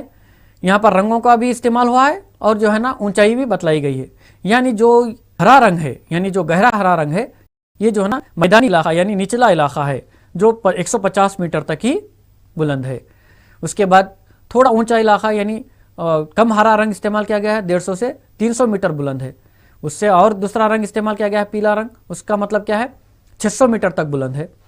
پھر اس کے بعد اور ذرا گہرا رنگ خاکی رنگ استعمال کیا گیا ہے، یعنی اونچائی بتانے کے لیے، وہ جو ہے نا 1200 میٹر تک بلند ترین ہے وہ علاقہ۔ دیکھیے یہ پیارے بچوں، آپ نے دیکھا کہ ہم نقشوں کو کس طرح سے استعمال کر سکتے ہیں، شروع سے قدیم زمانے کی تاریخ سے ہوتے ہوئے قدیم نقشوں کو جو ہے نا بتلاتے ہوئے قدیم دور میں کس طرح سے نقشوں کی شروعات ہوئی، پھر اس کے بعد کس طرح سے نقشوں کو جو ہے نا ترتیب دیا گیا، پھر سائنٹیفک نقشے کس طرح سے بنائے گئے، پھر اس کو جو ہے نا مختلف موضوعات پر نقشے کس طرح سے بنائے گئے اور مختلف استعمالات کے لیے کس طرح سے نقشے بنائے گئے، اس کا ہم نے مکمل تجزیہ کیا ہے۔ اب ان نقشوں کو آپ دیکھیں گے، یہ تمام نقشوں کو ہم ایک کتاب میں مل سکتے ہیں جس کا نام ہے اٹلس۔ اس میں تمام نقشے مختلف موضوعات پر ترتیب دیا جانے والا نقشوں کا مجموعہ اٹلس کہلاتا ہے۔ تو پیارے بچوں، یہ اٹلس وہ کتاب ہوتی ہے جہاں پر تمام نقشے، ہمیں سیاسی نقشے، مختلف موضوعاتی نقشے، طبعی نقشے، آبادی والے نقشے، تمام نقشے ایک ہی کتاب میں مل جاتے ہیں، وہ ہے اٹلس۔ لہٰذا بچوں، آپ سے گزارش ہے کہ آپ اپنی قریبی دکانوں سے یا کہیں سے بھی اٹلس کو لے کے آئیں اور اس کا مطالعہ کریں۔ تو پیارے بچوں، اب ہم سبق کے اختتام کی طرف پہنچتے ہیں۔ گھر کا کام، آپ لوگوں کو کیا کرنا ہے؟ گھر میں ان سوالات کے جوابات کو اپنی بیازوں میں نوٹ کرنا ہے۔ تو سب سے پہلا سوال کیا ہے؟ نقشہ اور تصویر کے درمیان کیا فرق ہے؟ تو بچوں، ہم نے اس کو پہلے ہی دیکھا کہ نقشہ اور تصویر میں کیا فرق ہوتا ہے، یہ سوال ہے۔ اس کے دوسرا سوال، قدیم زمانے میں بحری سفر کرنے والے جنہیں ہم ملاح کہتے ہیں نے نقشوں کی تیاری میں کس طرح مدد کی؟ ملاحوں نے کس طرح سے نقشوں کی تیاری میں دور دور کا سفر کر کر نقشوں کی تیاری میں کس طرح سے نقشے نگاروں کی مدد کی؟ اس کے بعد چند مشہور نقشے نگار کے بارے میں لکھیے، جیسے پیٹولمی، الادریسی، یہ دو مشہور نام ہیں۔ اس کے علاوہ گریڈس मर्कैटर भी है, उनके बारे में आपको क्या करना है, अपनी कापियों में लिखना है। इसके बाद चौथा सवाल है, हिंदुस्तान में बरतानिया हुकूमत ने किस तरह हिंदुस्तान का साइंटिफिक नक्शा तैयार किया, किस तरह से सर्वे ऑफ इंडिया ने साइंटिफिक तरीके से किस तरह नक्शों को डेवलप किया, किस तरह से नक्शे बनाए, उसका जो है ना जवाब लिखना है आपको। नक्शों में रंगों का क्या इस्तेमाल होता है उसको बतलाना है। और आखिर में मैंने जो कहा था, आपके घर में अटलस का मुताला करना है। आप करीबी कहीं से भी जो है ना दुकान से एक अटलस लीजिए और उसका मुताला कीजिए, उसमें आपको मज़ीद तमाम दीगर मालूमात आपको मिल जाते हैं। तो प्यारे बच्चों, आज हमने नक्शों का मुताला और उसका तज्जिया का मुकम्मल जायज़ा लिया। तो बच्चों, आज की क्लास में इतना ही। हम अगली क्लास में इंशाल्लाह ज़रूर मुलाकात करेंगे। तब तक के लिए खुदा हाफिज़।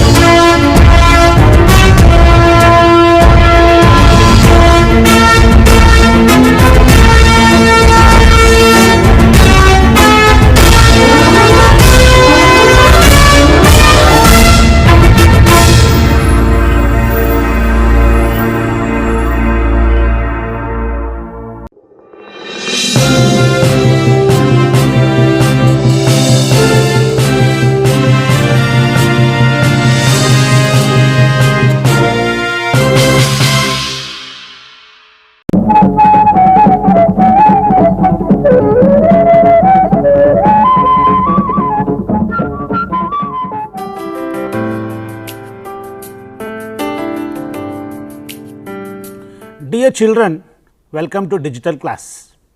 How are you children? Hope you are doing fine. In our previous class, we discussed about refraction of the light at plane surfaces, regarding the definition of the refraction, how the light behaves when it travels from one medium to another medium, and refractive index, measurement of the refractive index using a semicircular glass slab. Today, we are going to take some other topics related to this same topic. Children, we begin our lesson with a small activity, how the light behaves when you travel from denser medium to rarer medium. In our previous lesson, we discussed about how the light behaves when you travel from rarer medium to denser medium.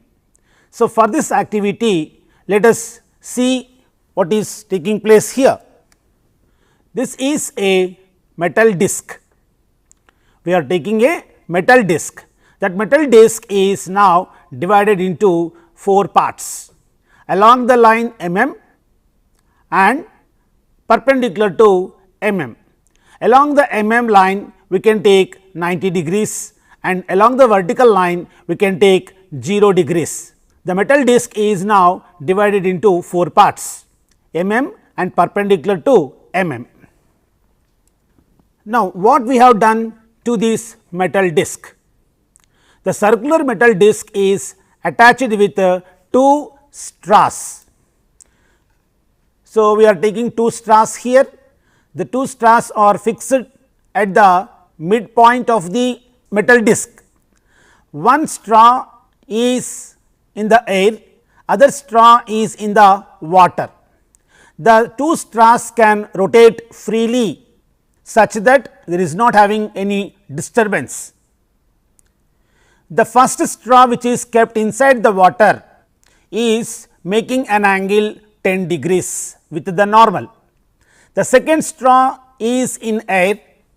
We have to see through the second straw such that the water can be seen through the second straw. We have to adjust the second straw such that the water will be seen through the second straw. Once we see the water through the second straw, take out the metal disc. When you take out the metal disc from the water, it looks in a curved path. Why it is in curved path? because when light travel from denser medium to rarer medium, the direction of the light ray changes. This phenomena is said to be also as refraction of the light. Children, can you find any relation between this angle of incidence and angle of refraction by any mathematical relation? Yes, we have one mathematical relation which gives about the relation between angle of incidence and angle of refraction, which is called as the Snell's law. The Snell's law states that the relation between angle of incidence I and angle of refraction R can be given by n1 sin I is equals to n2 sin R. This n1 sin I is equals to n2 sin R, it is a mathematical relation which gives about relation between the refractive indices of the pair of medium and angle of incidence and angle of refraction. Here n1 is taken as the refractive index on the incident side.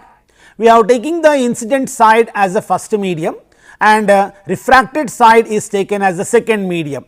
The first medium refractive index is n1, second medium refractive index is n2.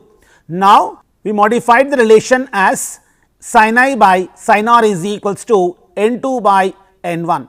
We know that n2 by n1 is equals to V1 by V2 from the definition of the refractive index. Already we discussed about refractive index in our earlier class. The refractive index of any medium is inversely proportional to velocity of light in that medium. So, based on that relation n2 by n1 is equals to V1 by V2. Therefore, the equation sin I by sin R becomes V1 by V2. Then, when light travels from one medium to another, the ratio of speeds is V1 by V2 and the ratio of refractive indices is n2 by n1. Now, angle of incidence and angle of refraction will follow sin I by sin R is equals to ratio of the velocities V1 by V2. Children will going to learn some interesting principles regarding this refraction of light. Children, see this image carefully. What you are seeing here is you are seeing a diamond. How the diamond looks like here? It is shining very brightly. Do you know what is the reason for the shining of the diamond? Children, see this image. In this image, what do you observe? Yes, we are seeing shining water drops. Do you know what is the reason behind these two images? Why the diamond is shining brightly? Why the drops are looks very shiny? To know the reasons behind this particular phenomena, we have to learn about critical angle and also total internal reflection. Children, see here in this image we are seeing that light is moving from denser medium to rarer medium. The denser medium here water and rarer medium is air. As the light is travelling from denser medium to rarer medium, the refracted ray should bend away from the normal. Suppose if we go on increase the angle of incidence at a particular angle of incidence theta c, the refracted ray is grazing along the surface. When the refracted ray is grazing along the surface, we treat that angle of refraction here is 90 degrees. That means, as the angle of incidence increases, the refracted ray bending away from normal, but for a particular angle of incidence, the refracted ray is moving along the surface. Is there any name for this angle of incidence? That is nothing but critical angle. Critical angle is defined as when light ray travel from denser medium to rarer medium, the angle of incidence in denser medium for which the angle of refraction in rarer medium is 90 degrees is called critical angle. So, when the light ray travel from denser to rarer medium, the angle of incidence in the denser medium for which the angle of refraction is 90 degrees, it is said to be the critical angle. See here. So, this is the image related to the critical angle, light moving from denser to rarer medium. Again theta c is the critical angle, angle of refraction is shown here as the perpendicular, that is 90 degrees. Now, we will discuss about is there any relation between the refractive index and the critical angle of the given pair of medium. By using Snell's law, n1 sin I is equals to n2 sin r. Here refractive index of denser medium is n1, refractive index of rarer medium is n2.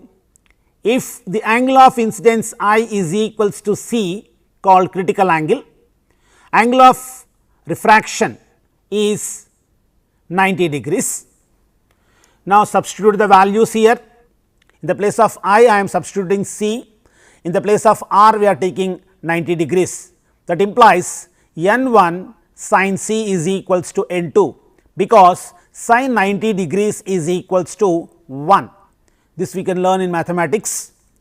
Therefore, n1 by n2 is equals to, we can write 1 by sin c, or n2 by n1 is equals to sin c. Here n2 is the refractive index of second medium, n1 is the refractive index of the first medium.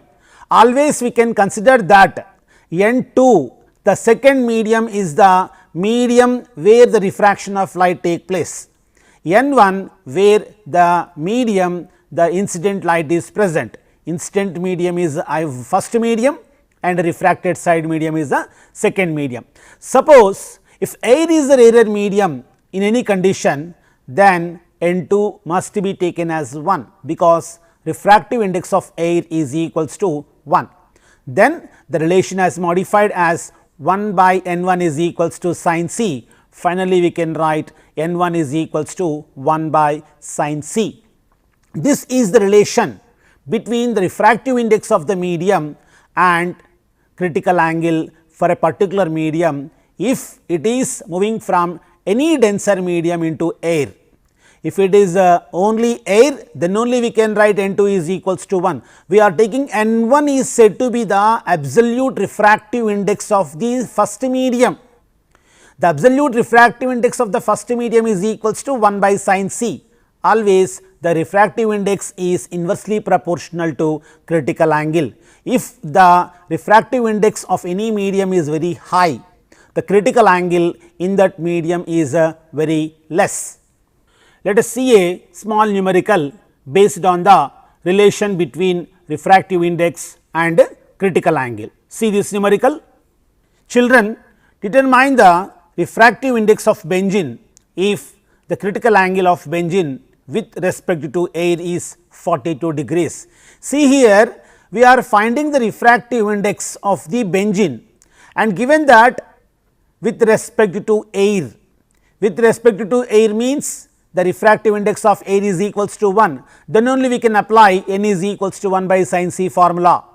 N is equals to 1 by sin c formula applicable only if the second medium is the air. Now, given here critical angle for the benzene in combination with air is 42 degrees. Let us take n is equals to 1 by sin c. In the place of c, substitute 42 degrees. Sin 42 degrees is equals to 0.67. Now, n is equals to 1 by 0.67, that becomes refractive index of the benzene with respect to water is 1.5.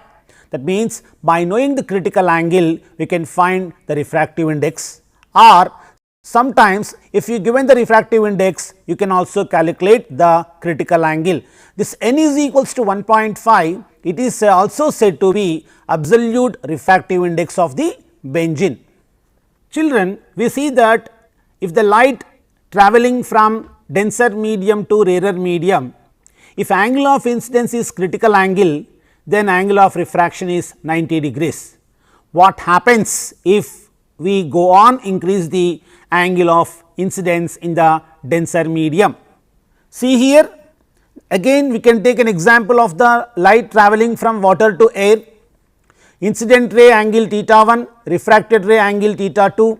Here the angle of incidence is less than the critical angle, therefore, the refracted ray is moving in the rarer medium. See here, we can see both incident ray in the denser medium and refracted ray in the rarer medium, and I increase the angle of incidence beyond the theta 1 and make up to theta c, the refracted ray is not in the air, it is along the surface of the water. This angle of refraction is 90 degrees and this angle is called critical angle. Suppose if we go on increase the angle beyond theta c, what should we observe? The incident ray and the reflected ray will be in the same medium. Instead of the refraction, the light again comes back into the same medium. This phenomena of reflection of the light again into the denser medium is called total internal reflection. So, to get the total internal reflection, what is the condition? The condition for the total internal reflection is light has to travel from denser medium to rarer medium. Its direction is towards the rarer medium only, but once incident on the boundary between the water and air, it again comes back. This property is called total internal reflection. Is the total internal reflection takes place for all angles of incidence? No, only the angles of incidence should be greater than the critical angle. Here theta 1 is more than this theta c angle, therefore, again the light comes back into the same medium. According to the laws of reflection, these angles must be also equal, theta 1 should be equal to theta 2. From the laws of reflection we learn in our 8th class, this angle of incidence is equal to angle of reflection. See the definition of the total internal reflection. When the angle of incidence is greater than critical angle, the light ray gets reflected into the denser medium at the interface. What is meant by interface? Interface is nothing but the boundary between the water and air. This phenomena is called total internal reflection. See here, for angle of incidence C, the red color light is showing that the incident ray is at an angle of critical angle. The refracted ray, the red color ray is the grazing along the surface, angle of refraction is 90 degrees. If we increase the angle, it again comes back. This is the diagram representing the total internal reflection. Children, can you give reason for the shining of the diamond and the water drops now? Yes. The reason behind the two above situations is the total internal reflection. When light enters into diamond, it undergoes multiple reflections, therefore, it appears very shiny. The same reason applicable for the shining of the water drops. Therefore, the total internal reflection have so many applications are there. We will see some more applications regarding this total internal reflection. Now, see what is mirages. In the picture, you can happen to see that a person is viewing a long distance tall tree.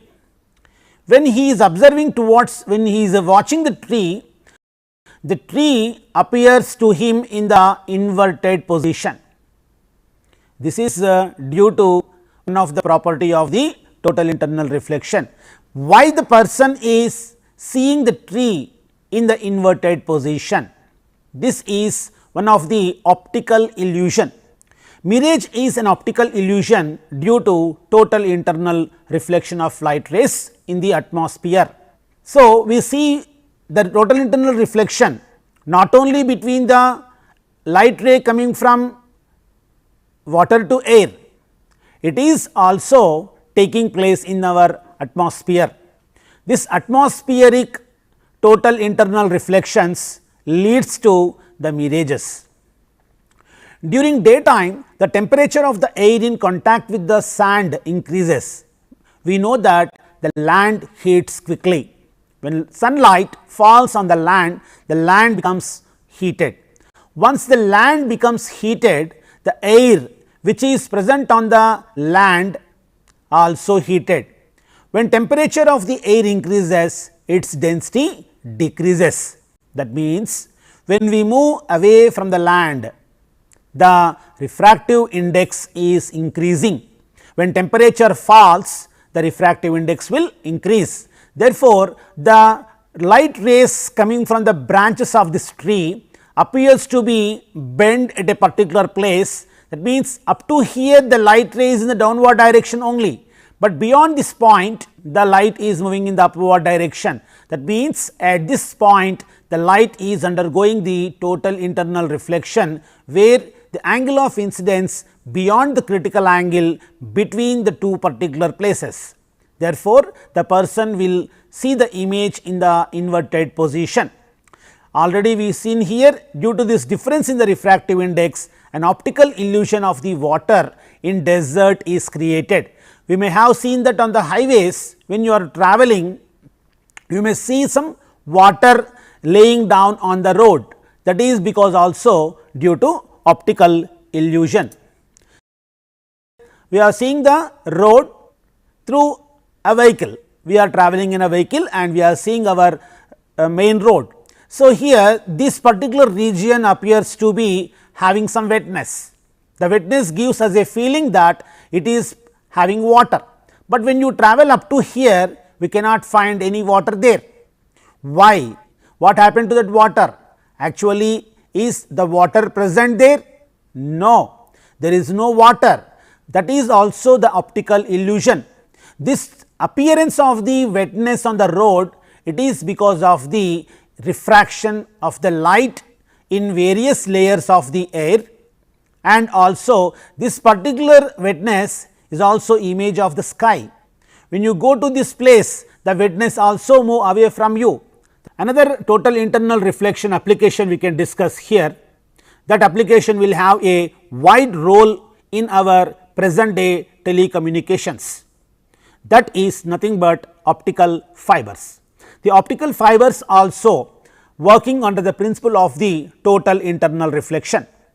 Optical fiber is a transmission medium, carry the light signal without any appreciable loss. See here, we are taking a light pipe. Through this light pipe, we are seeing a number of optical fibers. This is the each fiber, through each fiber the light is coming out. This is the appearance of the light passing through each cable. An optical fiber is a very thin fiber made of glass or plastic, because glass or plastic can allow the light easily to through them. Transmission medium, also it is treated as a transparent medium. An optical fiber is a transparent medium also, which carry the light signal.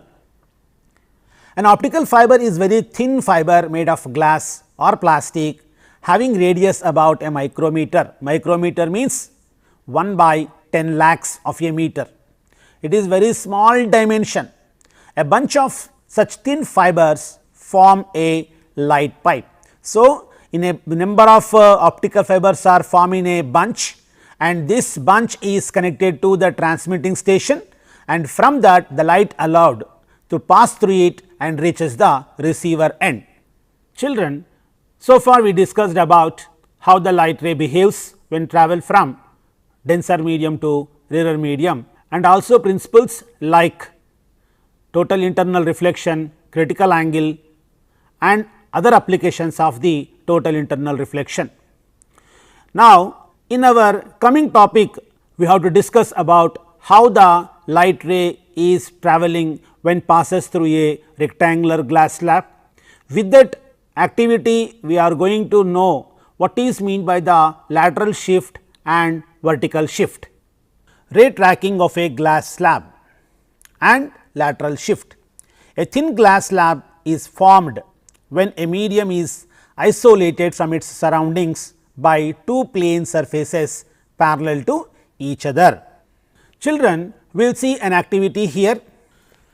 So, to discuss about vertical shift and lateral shift, I am taking an activity here. We have taken a white chart, keep a rectangular glass slab over the paper and give the outlines for the rectangular slab.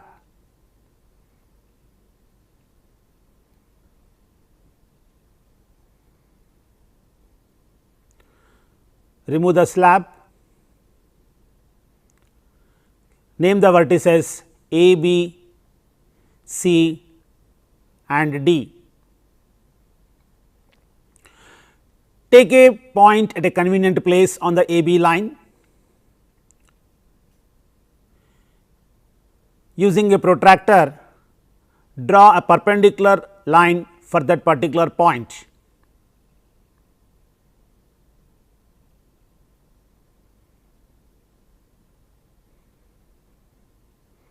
Now, join these 2 points.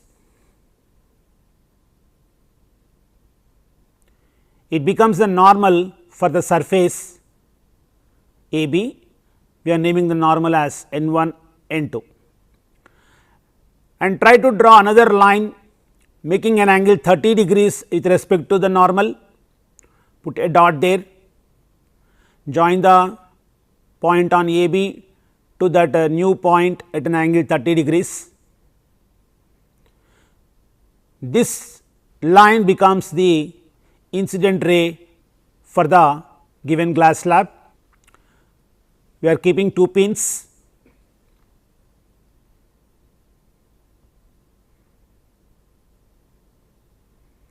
Now, keep the glass slab in that particular outline region. Now, we are able to see the 2 pins to the other side of the glass slab. Now, I am moving to a convenient position such that the 2 pins appear to be in a straight line from a position. Now, I am able to see the 2 pins in the same line. By seeing through the glass slab, insert one more pin in the same line as the 2 pins are there. See children, the third pin also appears to be in the same line. Behind that, we are keeping one more pin such that the 4 pins appear to be in the same straight line when we see through the glass slab. We are removing the pins and put the dots circles over that impressions of the pins. We can able to see the impressions of the pins that we can kept on the other side of the glass slab. Now, these impressions and the pins are not appear to be the same line now. When we see through glass slab, they appear in the same direction, but they are not exactly the same line when you see from the other side. Join these 2 impressions such that it meets the line CD. So, we are not marked there 30 degree angle. Extend the incident ray to passes through the CD line also.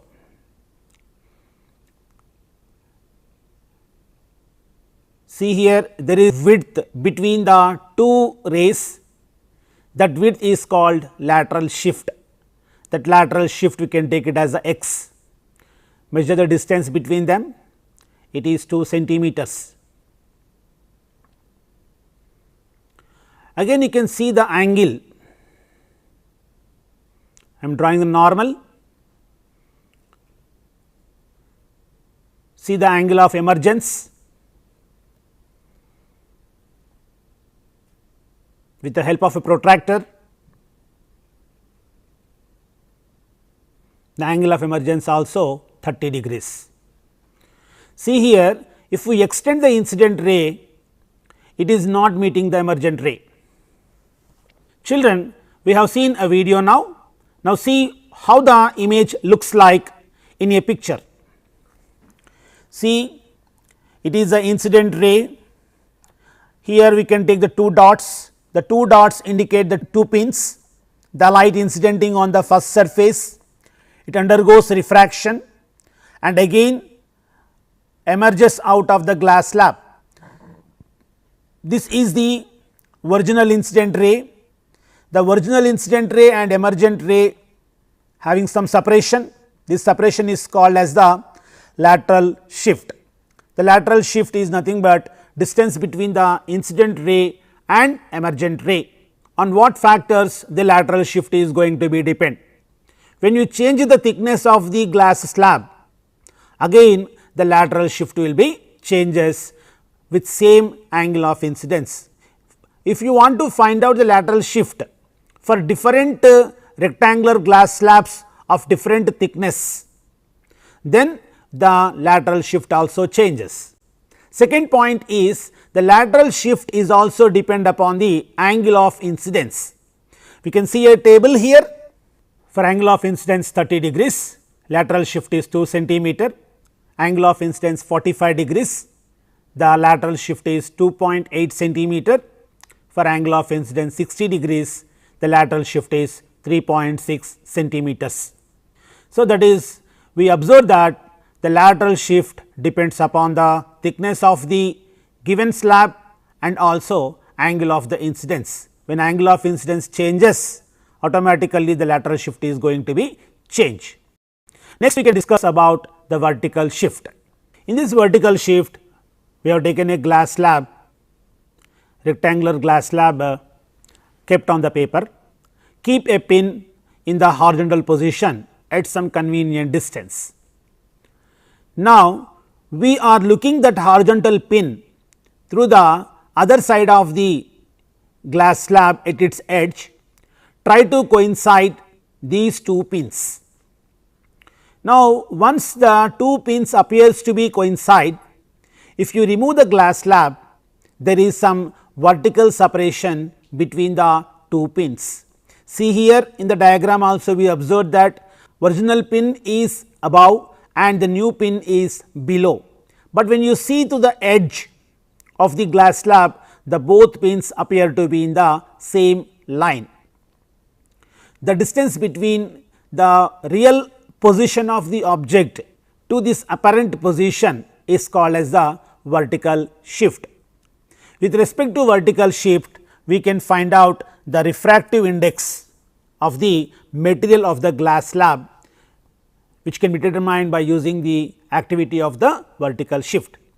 Refractive index material of the rectangular glass slab can be determined by using activity of vertical shift. Refractive index is equals to thickness of slab by thickness of slab minus vertical shift. So, this is a formula to calculate the refractive index of the given rectangular glass slab. These are the keywords we learn in this particular topic: critical angle, total internal reflection, mirages, optical fiber, lateral shift and vertical shift. Improve your learning. The absolute refractive index of water is 4/3. What is its critical angle? What are the conditions for total internal reflection of light? Why do stars appear twinkling? Explain the formation of images. Explain the formation of mirages. Explain the refraction of light through a glass slab with a neat diagram. Children, hope you understand the concept clearly. In the next class, we can come with another topic. Thank you.